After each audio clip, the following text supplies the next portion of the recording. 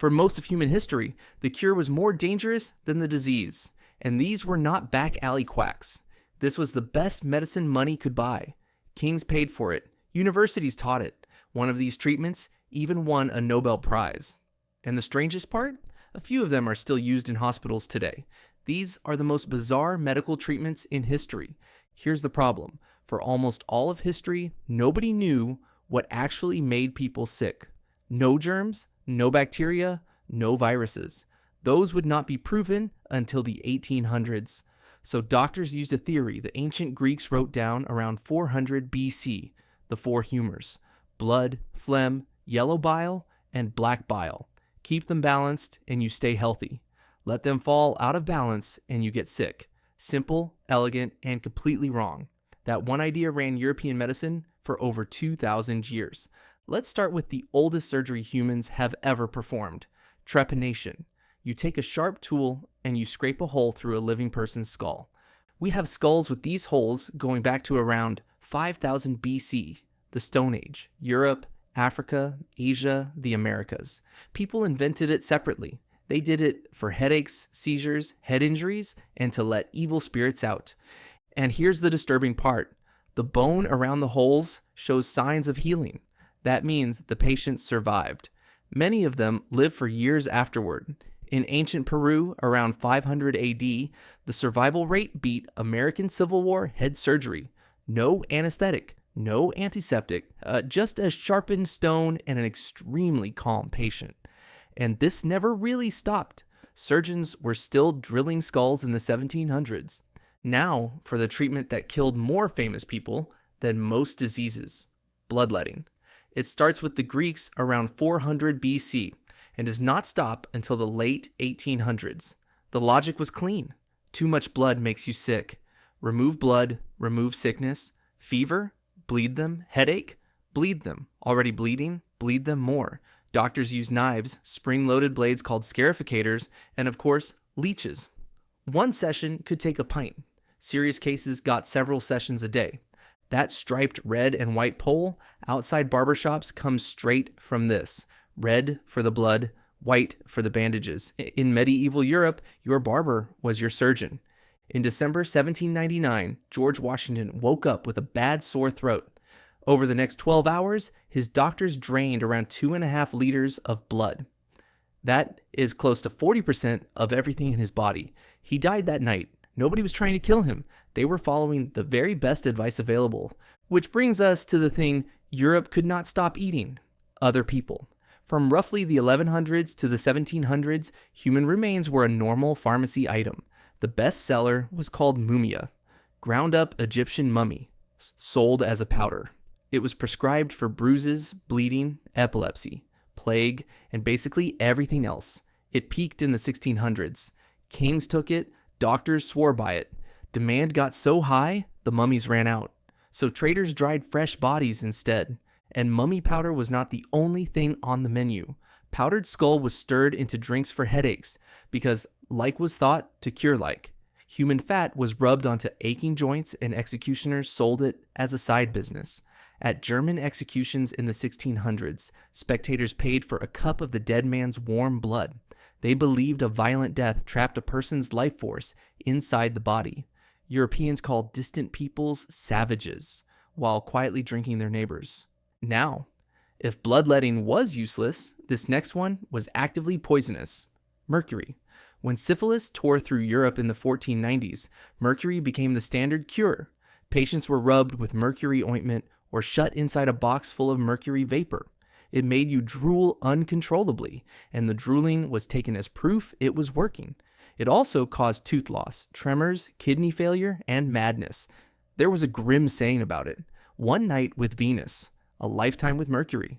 Mercury stayed in medicine for 400 years. Into the early 1900s, it was still in babies' teething powder in Britain in the 1940s. Then there is the treatment that gave the English language a phrase.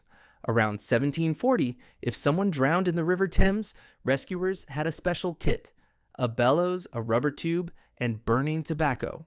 And you can probably see where this is going. They blew tobacco smoke directly up the drowned person's rectum. The idea was that the warmth and the nicotine would restart the heart and lungs. Rescue kits hung along the Thames like fire extinguishers. That is where the phrase blowing smoke somewhere unpleasant actually comes from. It lasted 70 years until someone tested nicotine and found it damages the heart. Some cures did not even need a doctor, some needed a king. For a swollen neck disease called scrofula, the official treatment was a royal touch. From the 1000 onward, English and French kings laid hands on the sick to heal them. King Charles II touched around 90,000 people in the 1600s. England stopped in 1714. France kept going until 1825. And it seemed to work because scrofula often clears up on its own. That is the trap underneath this entire story. People get better anyway. So you would think that once real science arrived, all of this finally stopped. No, it got worse. Because now the strange cures were mass-produced, beautifully packaged, and advertised nationwide. In 1898, a German drug company launched a brand new cough syrup. It was effective, it was gentle, and it was recommended for children. They called it Heroin. The same company had just launched aspirin, and for a while, heroin sold better. It stayed on pharmacy shelves until 1913, next to cocaine drops for toothache. That same year, 1898, the Curies discovered radium, and the world lost its mind. Radium glowed.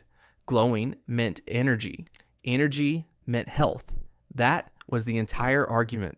Through the 1920s, you could buy radioactive toothpaste, face cream, and chocolate. The most famous product was Redithor, just radium dissolved in water. A wealthy American named Eben Byers drank roughly 1,400 bottles of it. His jaw disintegrated, holes opened in his skull. He died in 1932. He was buried in a lead-lined coffin, and his remains are still radioactive today. In 1917, an American named John Brinkley found a different kind of gold. He offered tired men new energy by surgically implanting goat testicles into them. He had no medical training. He had bought his diploma through the mail. Through the 1920s, he performed thousands of them and built a radio station to advertise. Patients died. He was exposed in 1930. So naturally, he ran for governor of Kansas. He very nearly won. But the most disturbing entry on this list actually won a Nobel Prize. In 1935, a Portuguese doctor began cutting the connections inside the brain's frontal lobe. The goal was to calm patients with severe mental illness. The Nobel came in 1949. Then, an American doctor named Walter Freeman decided the operation was far too slow. So he designed a version he could perform in 10 minutes in his office without a surgeon. He knocked patients out with an electric shock, lifted the eyelid, and inserted an ice pick. One tap with a hammer, one sweep of the handle, and the frontal lobe was severed. He performed around the 3,000 of them, touring America in his own van. He called that van the lobotomobile. Between 1936 and the 1950s, around 40,000 Americans were lobotomized.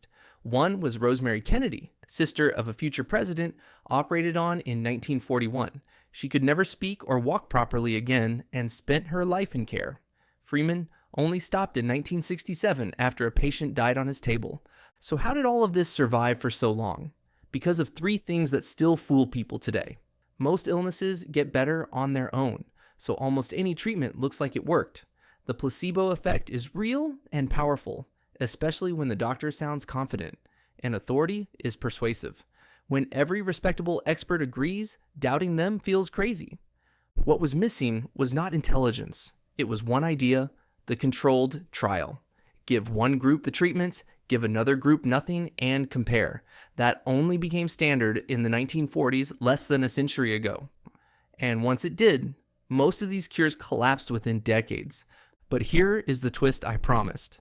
Not all of them did. Leeches are used in hospitals right now after reconstructive and reattachment surgery. They keep blood flowing through reattached fingers, and America approved them as a medical device in 2004. Sterile maggots were approved the same year. They eat dead tissue and leave healthy tissue alone. Surgeons still drill holes in skulls 7,000 years later to release pressure on the brain. And the mold growing on stale bread turned out to be hiding penicillin all along. So the line between bizarre and brilliant was never about how strange the treatment looked. It was about whether anybody ever bothered to actually check. If you enjoyed this, subscribe for more history, explained one stick figure at a time, and tell me in the comments which of these would you have believed in. See you next time.